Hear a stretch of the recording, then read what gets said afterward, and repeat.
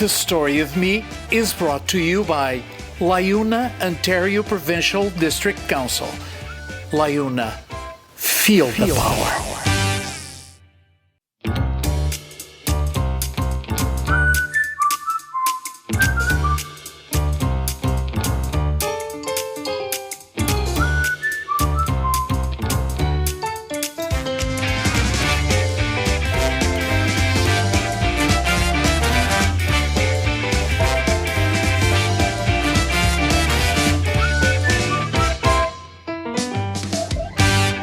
Greetings. Through his many valuable contributions to society, especially in the labor force, our guest has been an inspiration to all those who know him, including his countrymen. In recognition of his work, he even has a laneway named after him. Not too bad for someone who really didn't want to come to Canada. We welcome Carmen Principiato. Good morning to you, sir. Good morning to you, Bill. It's good to see you. My pleasure to be here with you. Yeah, likewise. Thank you for being here, sharing your beautiful life with us. Thank you. Now, you were born in Calabria. I love to say Calabria. It's such a great name. The town of Locri. What kind of town is this? Locri is a town. We got university in there. Oh, we got a. okay. It's one of the best town in Calabria. We said. Okay. I come from Locri. I born in Locri, and I was 8 years old when I went to Rome. Yeah, we're going to talk about that in a minute. Your father was a laborer. He was in construction. Your mom was a homemaker. Yes. And you come from a fairly large family, 3 brothers, 3 sisters. And in a conversation we had on the phone, you said, we had very little, but you survived, right? Yes. How yes. was it? We were a very poor family. Yes. I got to tell you that go from Calabria to Roma in around the year 1948 to 49. Yeah. I was a young man, and my father needed a passport from Calabria to go to Rome. Oh, wow. They needed to have a job in Rome for us to be considered Yes. to go to Rome. Rome was almost like a different country, huh? Oh, absolutely. When I go to Roma, it's it was still called today the best country in the world. But back in Locri, your day-to-day life, you were poor, but you survived. You had bread and food. Oh, absolutely. We poor, but we had How was it? big art. Yeah. That's what the important thing. We survived. My father worked, and as a laborer. He was a watchman to one of the big construction companies. Oh, yeah. In Rome. Yeah. And if you don't mind, I'm going to tell you a little story about my father. My father was a watchman. Started at 7 o'clock at night until 7 o'clock in the morning. That was a night. And one morning he was going home, and he found outside of the building where he was to do the watchman an envelope. Mm-hmm. Look into the envelope, a brown envelope. And he take him home. He didn't know what it was inside. When he opened the envelope, it was 500,000 liras. 500,000 liras at that time. My father could buy 4 apartments. It was a fortune. Well, fortune money. Yeah. What did he do with it? So he goes to my mother and says, look what I found this morning. My mother was excited. Oh, look at this. We're gonna be rich. I mean, you didn't steal this money. You found this money. You found it, yeah. On the street. My father was so happy. My mother was so happy. Don't say nothing to nobody. Everybody quiet. My father go back to work at night. The boss, his boss, saw him. He was crying. He said, and my father asked him, Mr. Koki, that's his last name. His boss. What happened? Francesco, you know what happened? I lost that was the wages of Oh, yeah. 250 people because I pay monthly. Yeah. And my father didn't say nothing, you know. So he goes home, and he said to my mom, he said, Teresa, I needed that envelope. I got to give it back to my boss. No, you didn't steal it. You found it. I got to give it back to my boss. Yeah. Long story short, he brought the envelope back. And he gave it back. Give it back. Yeah. And he said, how did you find this? I found outside yesterday morning. He gave me 50,000 liras, like a gift, a bonus, A reward. and a 1 month off Yeah. with pay. Your father was an honest man, eh? Absolutely. Wonderful. Now, what kind of kid were you? You told me that at age 5 you wanted to be a professional soccer player. Eventually you went to Rome. We're going to talk about that. But what kind of kid were you? Were you a good kid? I was Or, a good kid. I was a good kid. I want to play soccer. I want to be a professional soccer player. Why? Because I watch the game. I'm a very fanatic in soccer. Yeah. I am a Romanista. I'm a Roma fan. Because when I went to Roma, the first game I went to watch was a Roma Yeah. fan. And everybody wanted to play with Roma. You know, and I tried to play soccer, but I didn't succeed because you needed money to buy shoes. You needed money to buy shirts, to buy clothes to play soccer. It was very expensive. And you then. need to go to practice soccer, to go and do Yeah. every day. I can't do it because I got to take a street car, buses, and you got no money That's for. right. You mentioned that you moved to Rome at age 9, and you were there for 12 years until the age of 21. Why did your family move to Rome? Well, because it was a better opportunity For to opportunity. absolutely. Yeah. Memories of Rome. Memories of Rome is I still have I'm a very nostalgic man. Yes. If I can go tomorrow in Rome, I will go. What's your best memory of Rome? You were growing up. You actually started working at age 15, but Correct. what are the big memories of Rome? Did you have a scooter?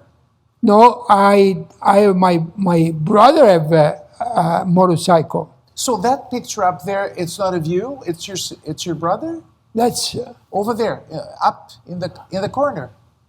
oh no, that was my brother. That was your. No, that's me. But it was my brother Vespa. Oh, That's not my. yeah.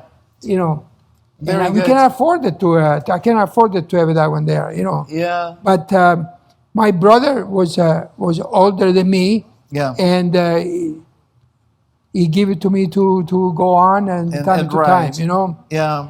But my best time in Rome was when I started working. Yeah. I get. I remember I used to make about 30,000 liras Wow. a month. You started as a plumber. I started as a plumber. I was a welder, and then I started as a plumber. Yeah. And I worked for a few years and ready to go to the military. Uh-huh. And when I got to military, that was the time when my uncle, be here in Toronto, Yeah. he got the application for my father, Yeah. and then my father and I we came to Canada. You have an interesting story about how you came to Canada. You immigrated then with your family, right? At age 21? just with your my dad? just with my father. Ah, why just you? Just with my father because my mother came a few months later. Later. Now, I remember you telling me on the phone that you didn't want to come to Canada and that your family, and these are your words, forced me. Yes. Can you tell us what happened? Well, I don't want to come to Canada. First, I wanted to come to Canada, but because I didn't have a job, I put an application to work to the post office In Rome. in Rome. Yeah. And if I would have a job for the post office, I won't come to Canada. Oh, yeah. So, finally, when I put in the application, Yeah. I end up to have a job. Huh? Few months later, I was supposed to start with the post office to be a telegram deliverer with the motorcycle. That's why it was a passion Yeah. that you're going to deliver the telegram at night with the motorcycle and so on. And I said, I don't want to come to Canada because You had a plan. You want a job. I got a job. I'm just thinking, Carmen, that eventually you would have to go to the military.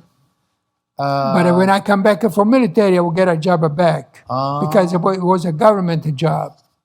So the military didn't scare you at all? No, this guy, I want to go to military. Why? Because in Italy, we say that to be a man, you have to be a military. To become a man. That's to right. become a man. But your father convinced you. Convincing me that we got to come to Canada.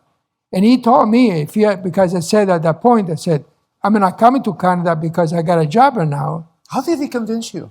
He didn't convince me. My mother convinced me. My brother convinced me. Yeah. Because when I told him I got a job, they're supposed to call me to start with a new job. Yeah. And weeks went by, and the post office never called me to start working. And I said, my mother said, why don't you check the post office? Why they didn't call you? When I went there, I asked my name. I tell her, my name is Carmelo Principiato, and can you tell me why you didn't call me? So she went, this lady went inside with the cigarette and everything else. She come out with a folder. Yeah. Oh, you Carmelo Principiato? Yes.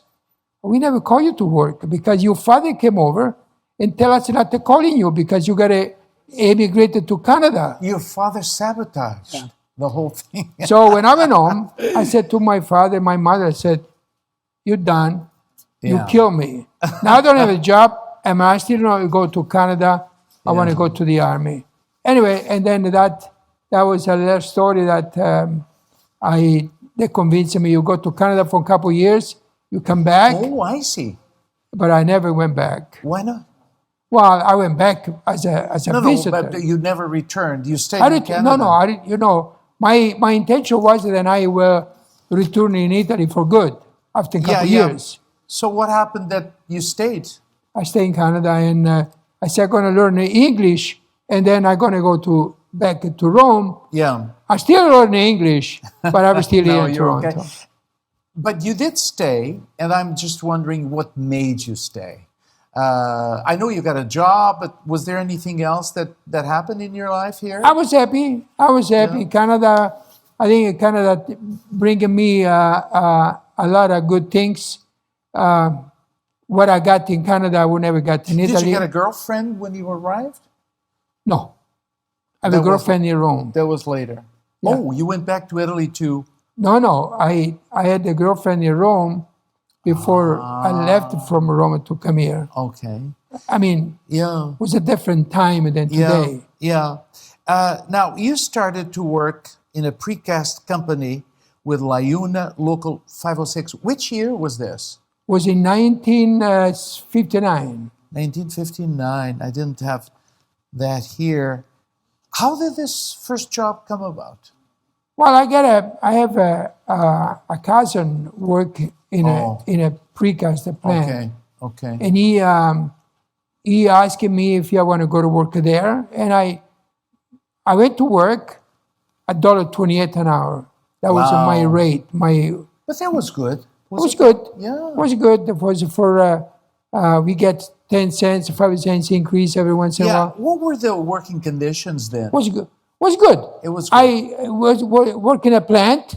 We manufacture precast. Okay. And the work there for 8 hours a day. Sometimes work 12 hours a day. Oh yeah. As a labor, I was a push wheelbarrow all day long. You stayed there for 10 years, so I was there for it was 10 a good years. experience for you, I guess. I was 10 years. I was working for 10 years. Now, in 62, you got married. So I guess you went back to Italy to marry? No, I got married here. Yeah. I got so married here. your girlfriend was here already? No, she was here, yes. Yeah. My beautiful wife there, yeah. Her name Italia. is Italia. Wow. How much more Italian are you Can going to be. Can be. So the marriage was here, right? That's correct. Yeah. Now, before we talk about your many accomplishments, I'd like you to zero in on the various titles you've had. I know that in 71, you became an executive board member and organizer, I guess with Layun Local 506 until 1985. But then after that, so you had that title, and then after that you jumped to business manager? Or? Well, it's a long story if you want me to get into it. No, just give me the Yeah. brief details, yeah. I started in 1971 as I ran for an executive board in 1971. Yeah. I won those that election, and then in 1971 I started with the local. Ray Ford was the business manager, local 506. Yeah. He hired me as an organizer along with another guy, and until I worked as an organizer for 3 months. Yeah. And after 3 months, I've been appointed as a business representative Yeah. for the local. Oh, I see. Okay. Until 1985, Okay. which 1985, unfortunately, I got fired by my boss. And the local was being You put got on. fired? I got fired because he Were you a bad boy? he thought they're not going to run against him as a manager. Oh, okay. So it was a But it was political- not true. Not true. I was happy do what I was doing as a rep, but he managed to fire me, and myself and a good friend of mine called Nick Barbieri. We both got fired, and the local being put under trusteeship by the International Union because okay. that's the only way the excuse was they're going to fire me and this other guy, and the local are going to be under trusteeship. Once the local go under trusteeship, the international take over completely. Yeah. Disbanded the executive board. Was nobody. The International Union would tell us what to do. So you got caught in politics. That's correct. That's exactly what it was. You're now a business manager since 86, I guess. 86, because in 86, I was after the job for 1 year, between 85 and 86. In 86, I got my own team. Okay. We ran against my boss who fired me, and we got elected. And you won. And I won. Yeah. I've been manager since then. Yeah. Before we get into your accomplishments, I still like to know what a business manager does. What's your main responsibility? The business manager responsibility is very simple. My job is to look after the local 506, but not by myself. I have an executive board. Yes. Executive board, the form of 7 people: business manager, secretary, treasurer, president, vice president, and so on. And we are 7 people. Without my executive board, I am a nobody, because I report everything to my executive board. Of course. I'm in charge for, you name it. You oversee the operations. But I have my board. I have the representative who they do the job on a daily basis. Yeah. They report it to me, or they report it to the assistant business managers, and so on. That's my basically it. obligation as a business You've had manager. a variety of other positions with Layun. I think they are other positions, like you're vice president of the Layun Ontario Provincial District Council. You're vice chair of the Labourers Pension Fund of Central and Eastern Canada. Correct. As a trustee of the local 506 Training Center, which we're going to talk about, you assist in steering the work of the training facility, which trains over 8,000 people.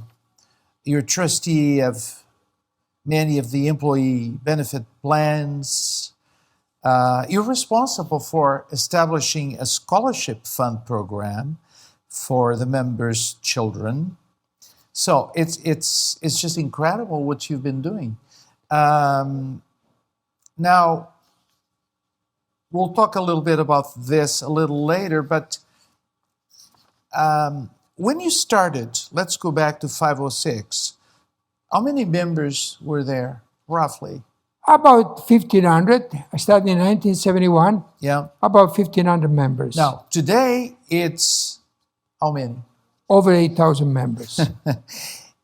Is this good growth or is it kind of slow? Oh, absolutely, it's a good, because we local 506 is they call it industrial commercial institutional. Yes. It's an ICI collective agreement that we have in Toronto. As you know, in Toronto we have another big local 183, run by my good friend Jack Oliveira, the business manager, and they work in different sectors. Yeah. We are ICI, industrial commercial institution. They are residential. Okay. Mind you, we do a lot of working together between the two local unions. That's right. What was your role over the years in this growth? I guess as a business manager, part of your challenge is to get more members, right? Absolutely. Yeah. So you do membership drives and we do membership. We organize the new companies, and we have a matter of fact we have about the La Yuna have over 80 organizers which they organize new companies every day. Yeah. Local 506 we have about 7 organizers. Mm-hmm. They organize a different company, and once they organize the company, they come into the union. So you've gone from 1,500 a few years ago to roughly 9,000, I think you said? About 8,000, over 8,000 now. They're growing every day because of the organizing, and we're doing.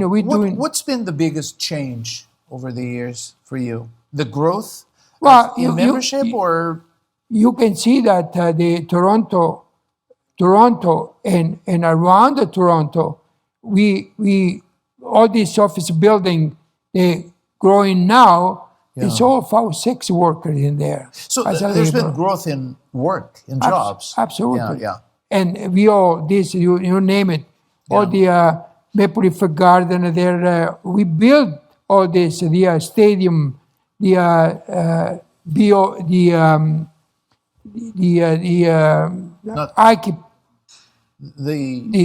the CN Tower. The CN Tower we built. I started when the CN Tower was built.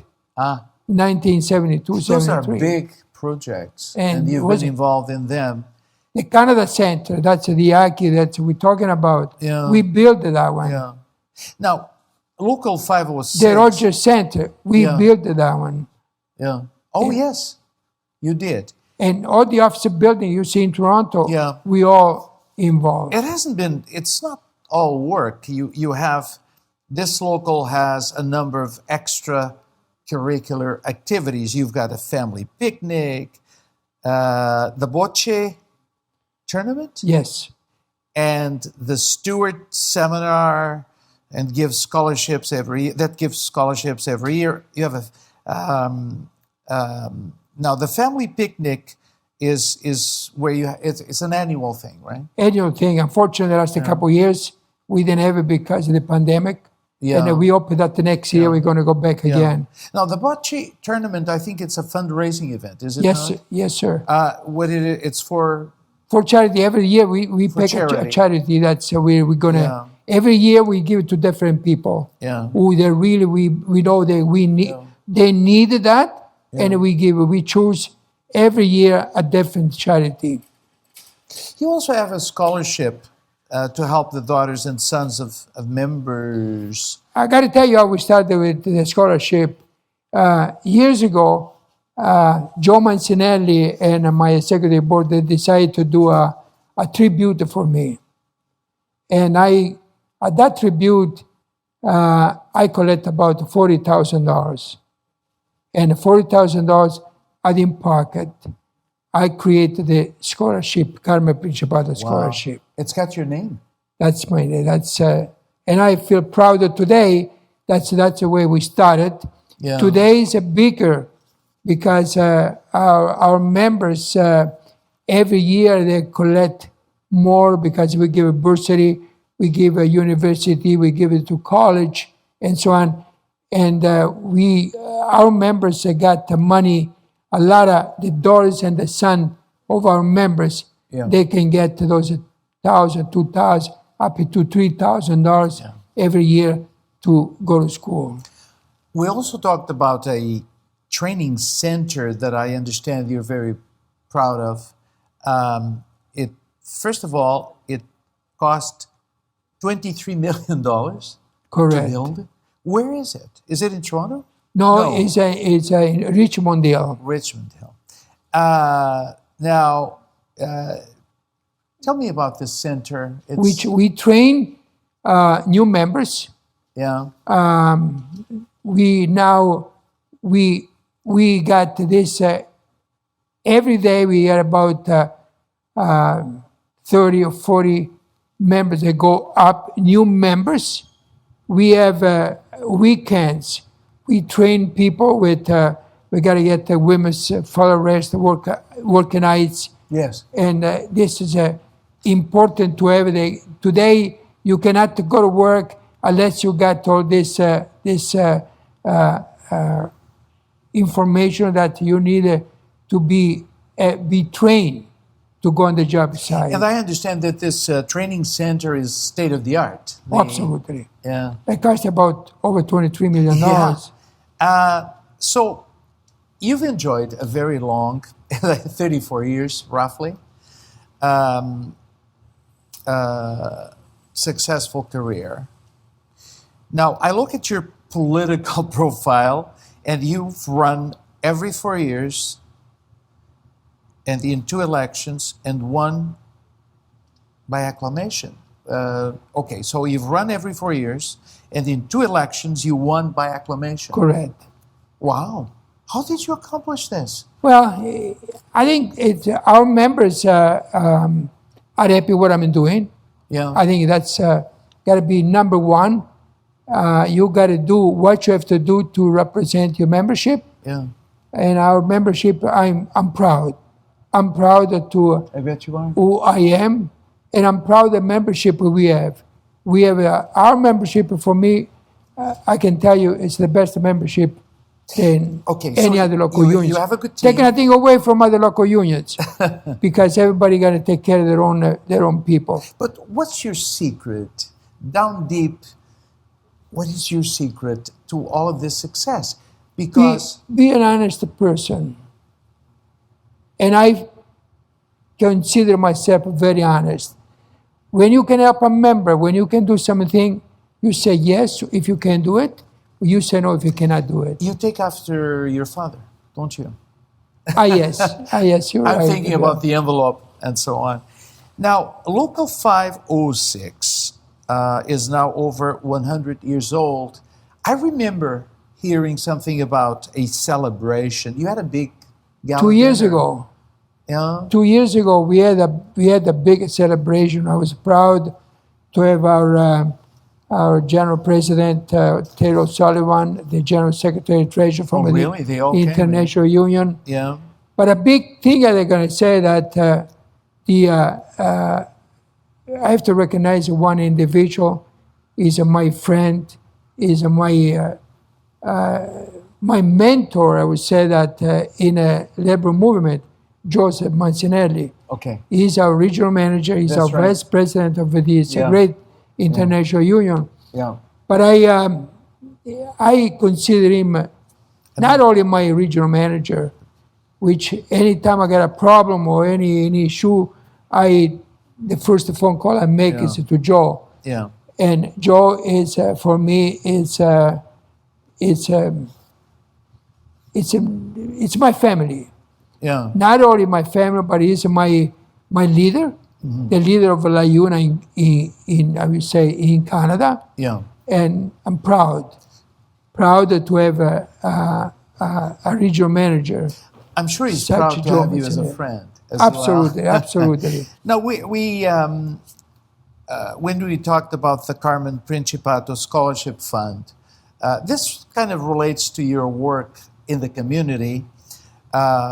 You have supported a variety of organizations and causes. Now, I don't know if I'm pronouncing this correctly. The Ephraim Place Community Center you were involved with? Yes, there was a church that Yes. that we a few years ago, the Pastor Bill came to us and said they needed some renovation inside the building, Yes. inside the church. Yeah.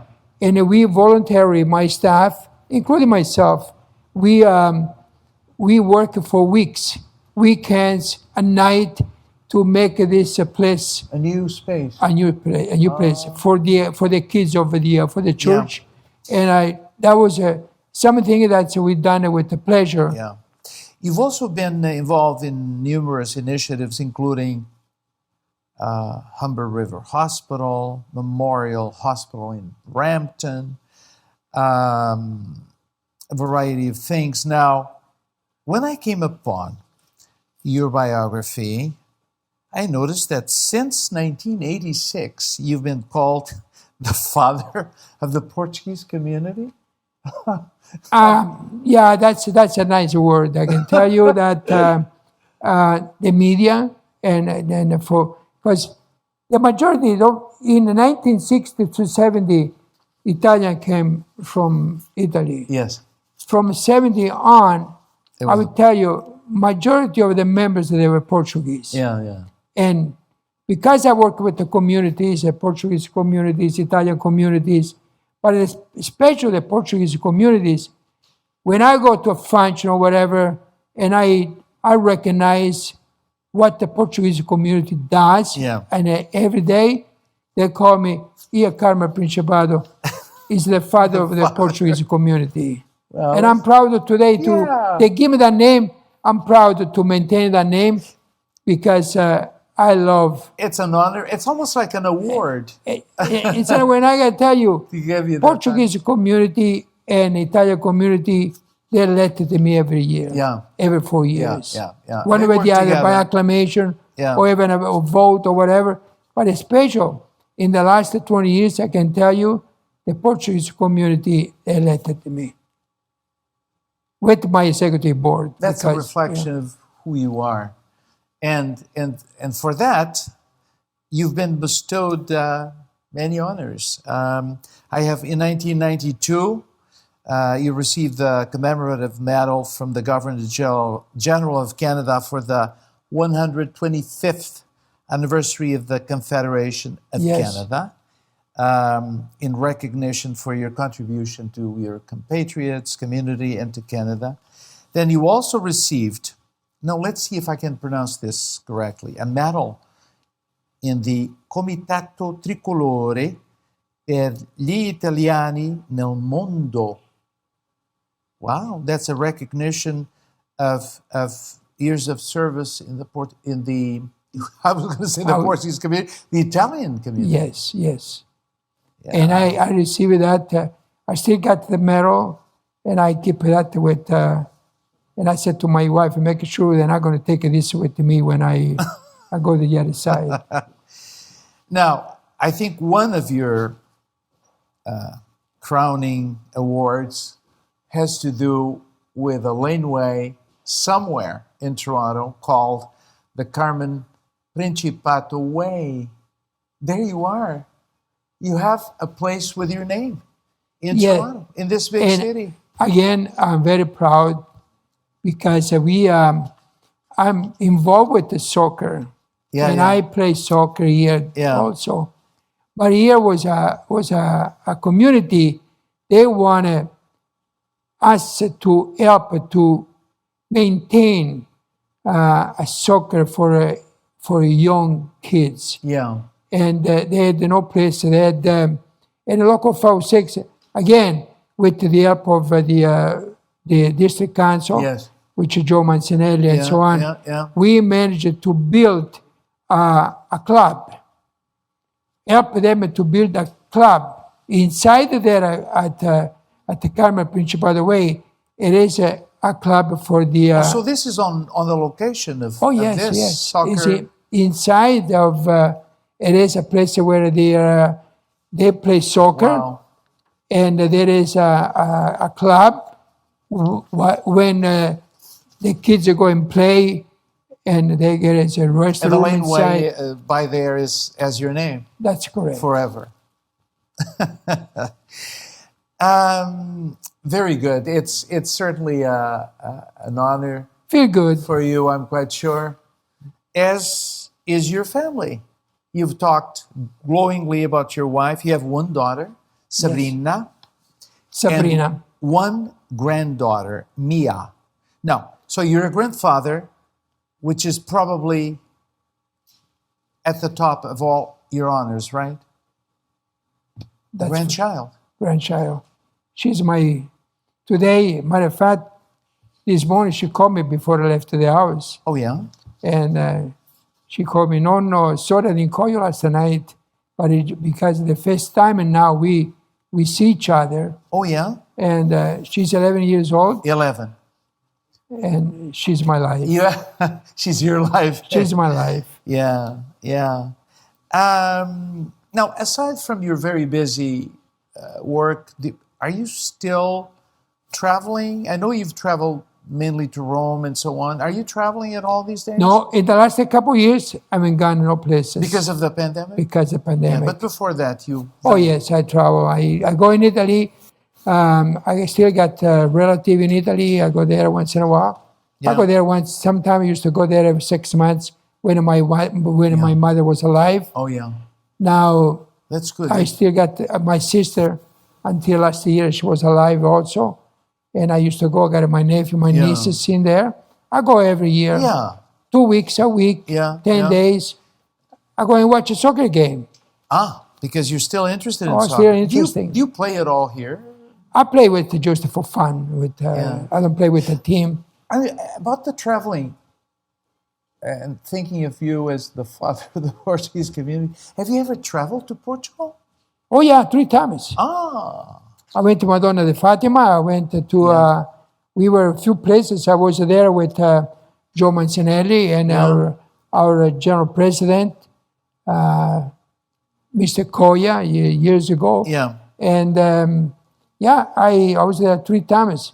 Matter of fact, in 1988, we were in